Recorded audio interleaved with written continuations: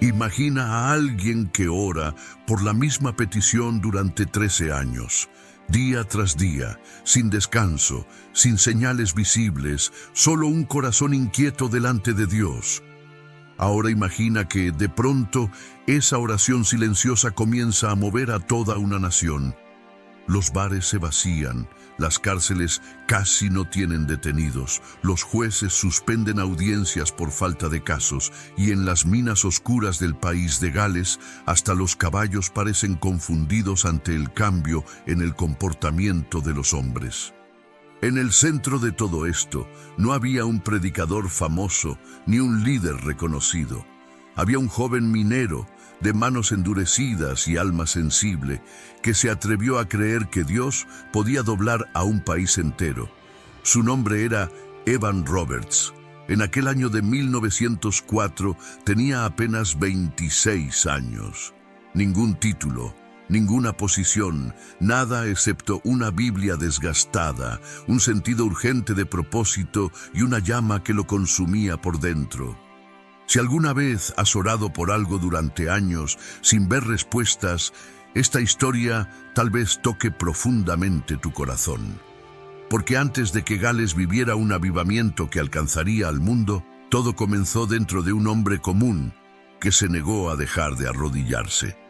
Antes de seguir, cuéntanos en los comentarios desde dónde nos estás escuchando. Y sí, mientras oyes esta historia, algo comienza a arder dentro de ti, acompáñanos en la vida de estos héroes de la fe. Suscríbete para caminar juntos.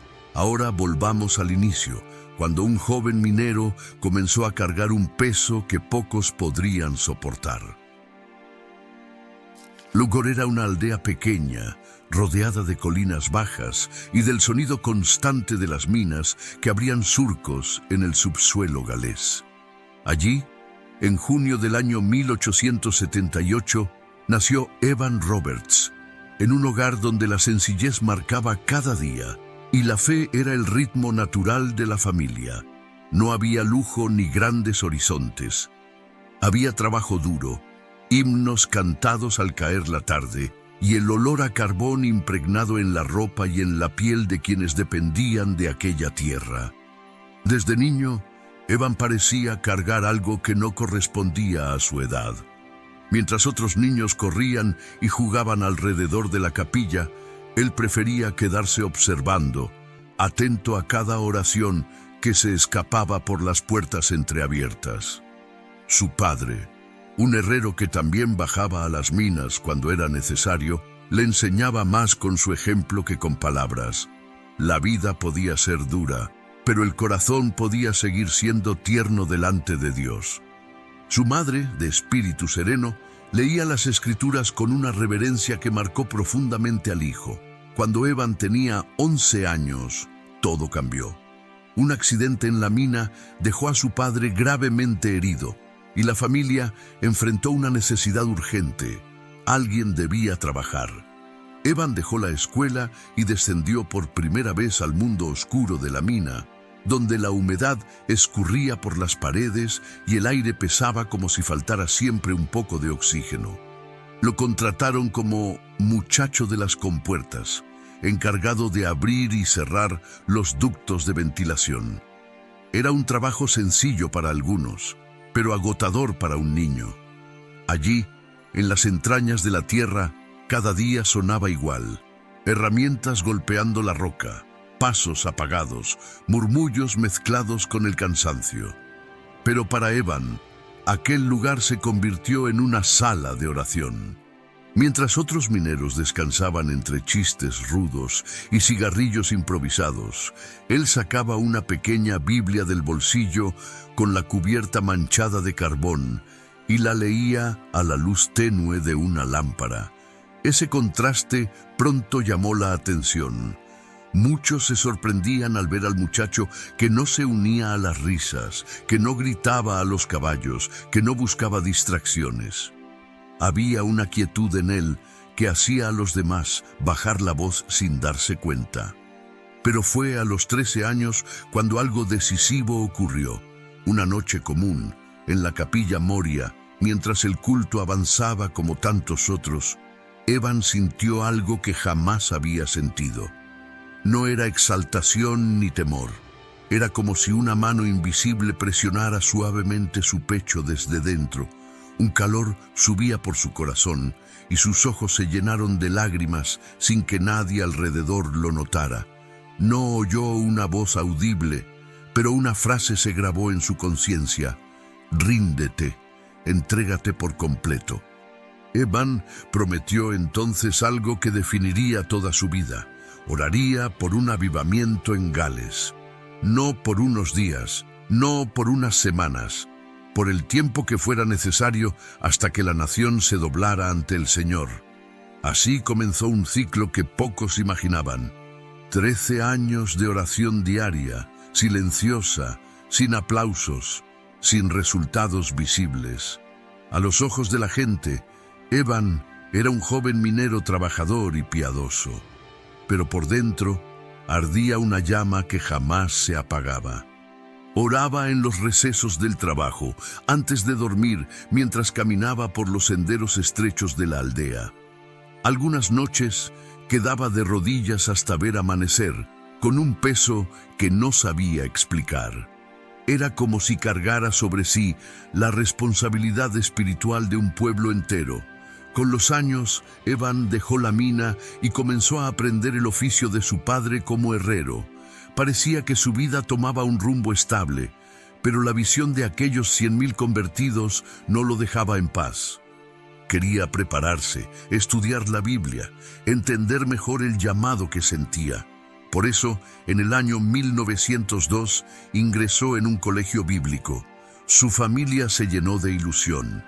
Tal vez Evan sería pastor, maestro, alguien respetado. Era un camino lógico, pero Dios rara vez sigue el camino más sencillo. En una de las reuniones del colegio, el evangelista Seth Joshua oró una frase que atravesó el corazón de Evan: Señor, dóblanos. Aquel ruego cayó sobre él como un peso irresistible.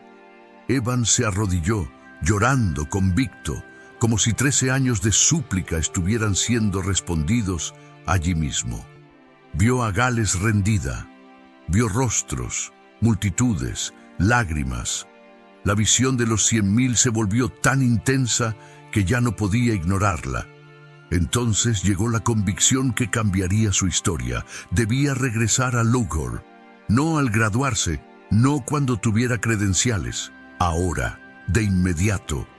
Fue una decisión que sorprendió a todos. ¿Por qué abandonar el seminario? ¿Por qué soltar un futuro seguro?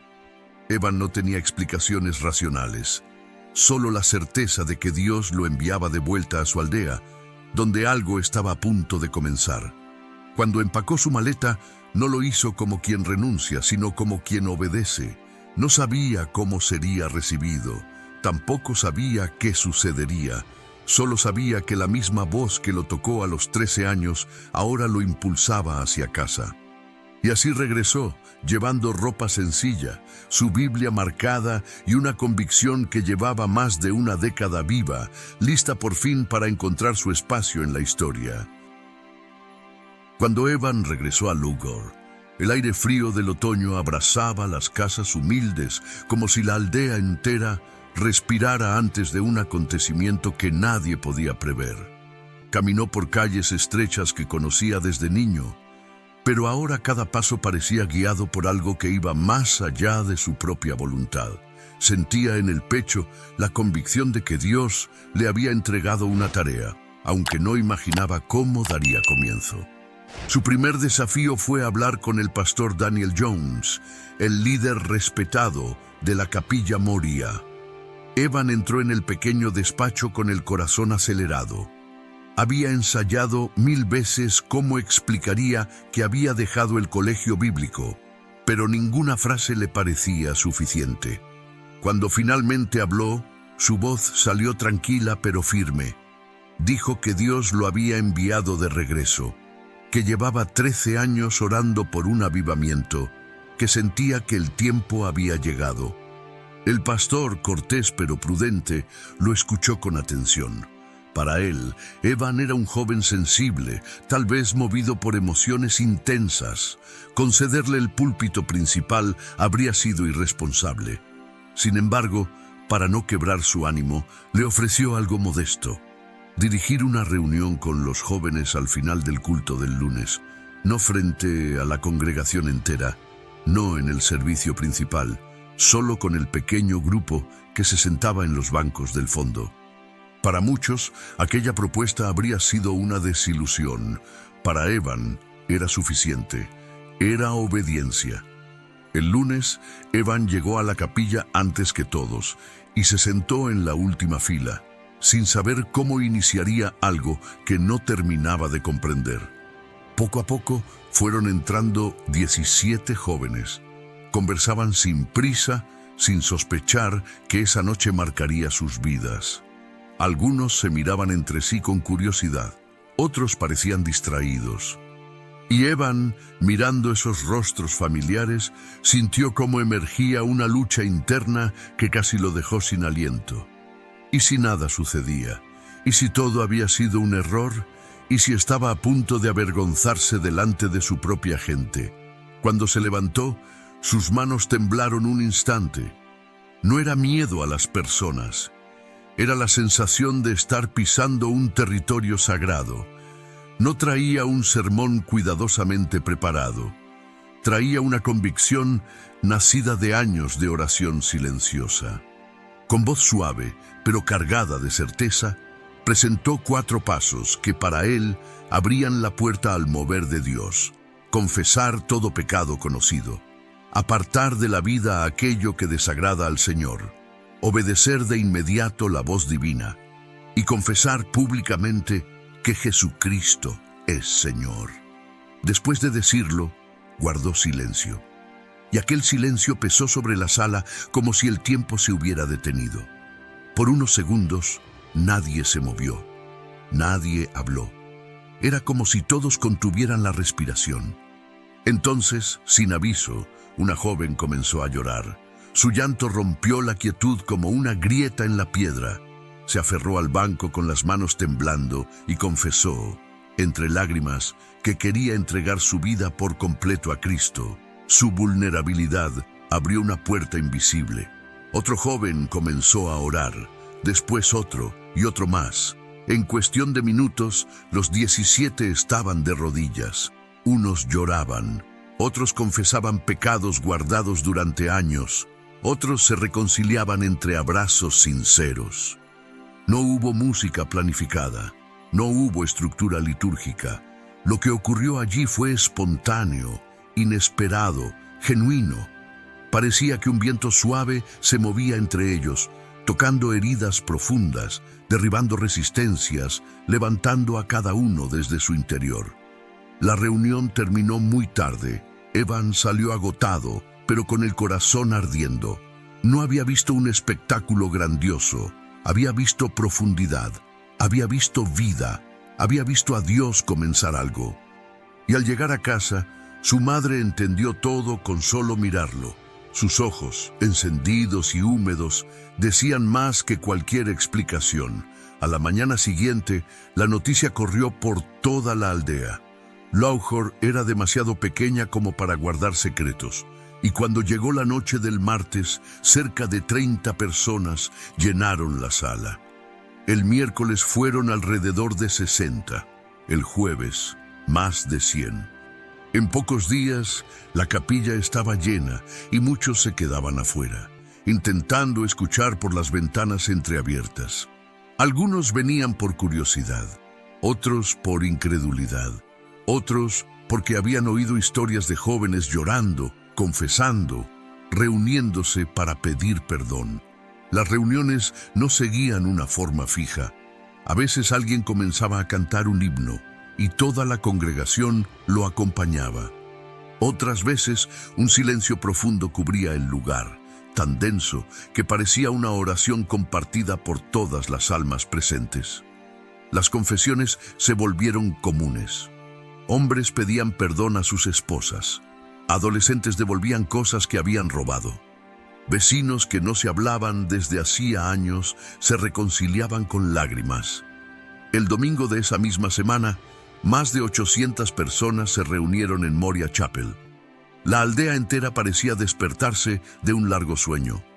Y Evan, aquel joven desconocido hasta hacía tan poco tiempo, se convirtió en un hilo conductor, no en un líder autoritario, no en un predicador estrella, solo en un instrumento obediente, callado, humilde, firme. Las noches se hicieron largas, las emociones profundas, el cansancio constante, pero el movimiento no se detuvo. Pronto otras ciudades pidieron que Evan viajara hasta ellas, y él fue, a pie, en tren, llevando solo su Biblia. Y en cada ciudad ocurría lo mismo, una multitud esperando algo que no sabía explicar, y un derramamiento espiritual que rompía corazones y restauraba historias. Era evidente que Gales estaba cambiando, no desde afuera, sino desde el interior de su gente. Y Evan seguía avanzando, sin comprender del todo la magnitud de lo que estaba ocurriendo, pero confiando en la voz que lo había guiado hasta allí. Lo que había comenzado en una capilla pequeña con 17 jóvenes arrodillados, pronto llamó la atención de toda la región.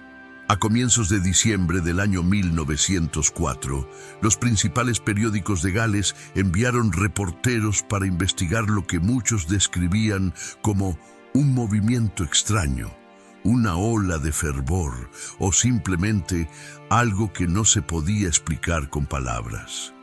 Los periodistas llegaron esperando encontrar exageración emocional o reuniones pequeñas infladas por rumores. Pero lo que presenciaron superó cualquier expectativa. Informaban de cultos que comenzaban al anochecer y continuaban por 5, 6 y hasta 8 horas, con la gente rehusándose a irse. Personas que salían de la capilla con los ojos llorosos, pero con una paz luminosa en el rostro. Una atmósfera que, según decían, no se parecía a nada que hubieran visto. La espontaneidad de las reuniones llamaba la atención. No había sermones extensos, ni coros preparados, ni programa preestablecido. Todo surgía de manera orgánica, como si una corriente invisible guiara a la congregación. A veces alguien iniciaba un himno, suave, tímido, y de inmediato cientos de voces se unían. Otras veces el silencio era tan profundo que parecía que todos escuchaban la misma voz al mismo tiempo. La noticia del avivamiento se propagó con velocidad. Miles comenzaron a viajar a pequeñas aldeas, solo para estar presentes en una de esas reuniones. La ciudad minera de Tonipandi, conocida por la dureza de sus hombres, reunió a unas 3,000 personas cuando Evan llegó. La capilla estaba tan llena que la madera parecía respirar con cada movimiento de la multitud. La tensión emocional era evidente. No era ruido, era una expectativa reverente. Entonces, alguien comenzó a cantar un himno antiguo, una sola voz, débil, casi un susurro. Pero de inmediato aquel canto se convirtió en un río de melodías, cuando cientos comenzaron a acompañarla. Lágrimas corrían por las mejillas de hombres acostumbrados a la rudeza del trabajo subterráneo. Algunos se arrodillaban sin poder contenerse. Otros buscaban a familiares para abrazarlos y pedir perdón. Otros simplemente dejaban que sus lágrimas hablaran por ellos. Era como si la presencia de Dios hubiese entrado en la sala y hubiera comenzado a derribar muros de años. La transformación que se veía en los cultos pronto se reflejó en las calles. En muchas ciudades, los dueños de bares notaron una caída repentina en las ventas. Algunos establecimientos tuvieron noches casi vacías. Las personas que antes gastaban sus salarios en alcohol ahora se reunían en casas para orar o cantar himnos. Vecinos que solían discutir por cualquier cosa empezaron a conversar con respeto. Calles que antes eran escenario de peleas nocturnas se volvieron tranquilas. El sistema judicial también fue impactado. Comenzaron a circular historias de jueces que llegaban a sus tribunales y encontraban la lista de casos vacía. En algunas localidades se suspendieron audiencias por falta de nuevos delitos. La policía, sin incidentes que atender, empezó a asistir a los cultos por iniciativa propia.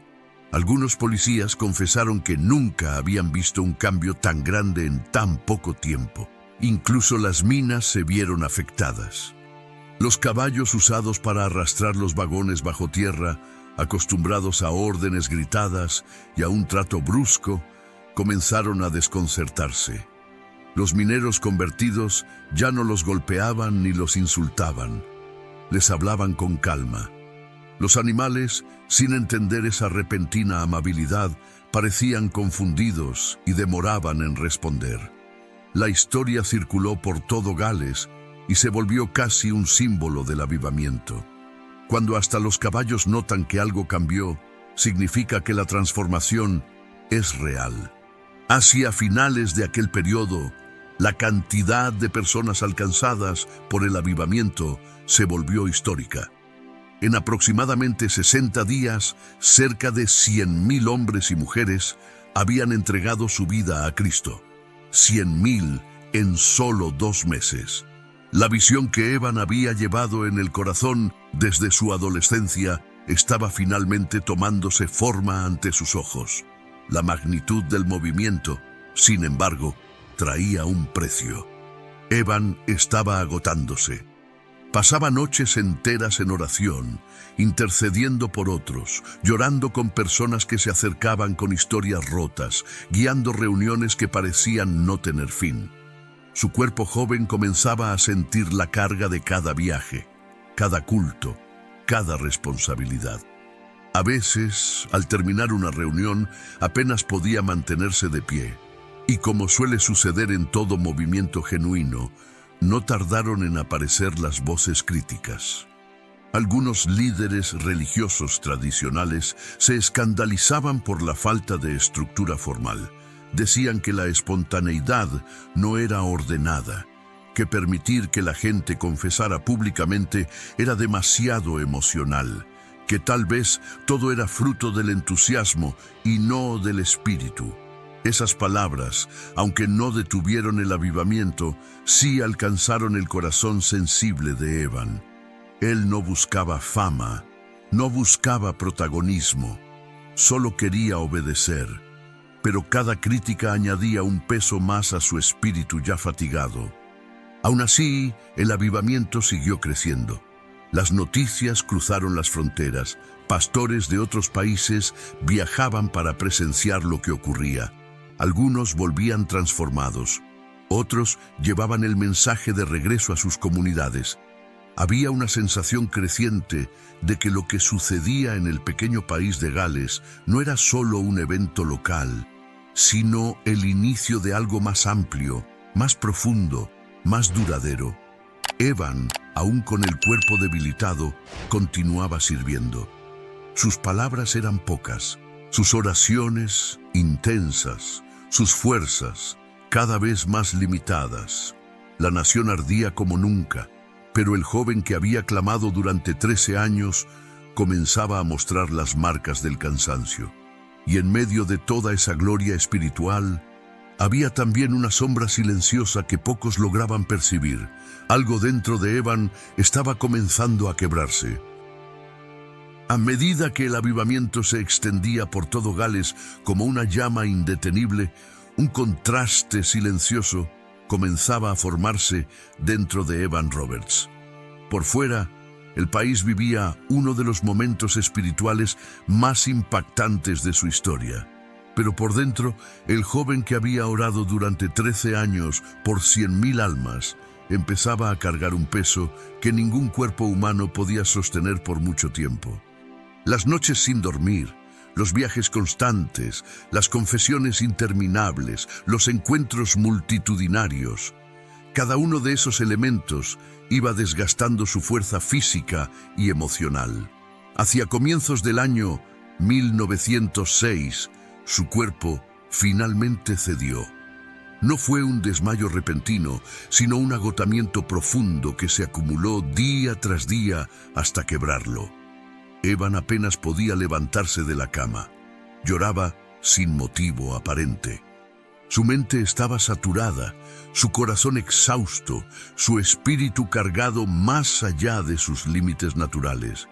Aquella llama que lo había impulsado durante tanto tiempo ahora amenazaba con consumirlo por completo. Sus amigos y algunos líderes cercanos comprendieron que debía retirarse antes de que su salud se deteriorara aún más. Después de mucha insistencia, Evan aceptó alejarse del movimiento y se trasladó a la ciudad de Leicester, en Inglaterra, para descansar y recuperarse. Para quienes lo amaban, su partida fue dolorosa. Para quienes habían visto en él al principal instrumento de Dios, fue desconcertante. ¿Cómo podía apagarse tan pronto el hombre que había sido usado de manera tan extraordinaria? ¿Por qué la carga del avivamiento había recaído con tanta fuerza sobre un solo joven? Aquellas preguntas comenzaron a circular entre los creyentes. Algunos críticos aprovecharon el momento para insinuar que todo había sido exageración, que el movimiento era emocional y que Evan no tenía la madurez suficiente para sostener algo tan grande. Otros, sinceros pero confundidos, se preguntaban si él había cargado más responsabilidad de la que debía. Pero la realidad era más simple, más humana y más honesta. Evan había dado todo lo que tenía. Había derramado su vida sin reservas. Su fragilidad no era un fracaso, era parte del precio. Mientras Evan se recuperaba lejos de los reflectores, algo sorprendente sucedía al otro lado del océano. Los reportes sobre el avivamiento galés comenzaron a llegar a la ciudad de Los Ángeles. Hombres como William Seymour y Frank Bartleman leían las descripciones con un ardor creciente. Ellos no recibían aquellos relatos como historias distantes, sino como un llamado. Si Dios había estremecido a una nación entera, ¿por qué no podría hacerlo allí también? Inspirados por lo que Dios había hecho en Gales, se reunieron a orar en casas sencillas, donde el piso de madera crujía y el silencio nocturno parecía abrazar cada súplica. Y fue en una de esas reuniones, en la calle Bonnie Bray, donde comenzó a gestarse un despertar que pronto sacudiría al mundo. En abril del año 1906, estalló el avivamiento que hoy conocemos como el avivamiento de la calle Azusa. Sus reuniones estaban llenas de arrepentimiento profundo, testimonios de restauración y una búsqueda intensa del Espíritu Santo. Y aunque Evan no estaba presente, su influencia sí. Las lágrimas de Gales habían regado la tierra en la que florecería un movimiento global. Desde Azusa, misioneros viajaron a África, Asia, Europa y América Latina. Cientos de testimonios se multiplicaron, iglesias nacieron, familias enteras se transformaron, y con el tiempo aquel fuego alcanzó a millones. Hoy se estima que más de 600 millones de personas en el mundo forman parte de comunidades pentecostales o carismáticas. Una cifra que Evan jamás habría imaginado cuando, siendo apenas un adolescente, tuvo la visión de 100.000 convertidos. Su vida posterior, sin embargo, transcurrió en silencio. Evan nunca volvió a dirigir grandes reuniones. No buscó púlpitos, ni reconocimiento, ni se aferró a la fama que otros habrían perseguido. Vivió retirado, escribiendo reflexiones espirituales, respondiendo cartas y dedicándose a la oración privada. Así pasó décadas, sin cámaras, sin multitudes, sin la energía de aquellos días ardientes en Moriah Chapel. Cuando murió en el año 1951, su funeral fue sencillo. Pocas personas asistieron, pero la falta de multitudes no disminuyó su legado. Porque el impacto de un hombre no se mide por la cantidad de aplausos en su despedida, sino por la huella invisible que deja en el mundo. Evan había obedecido.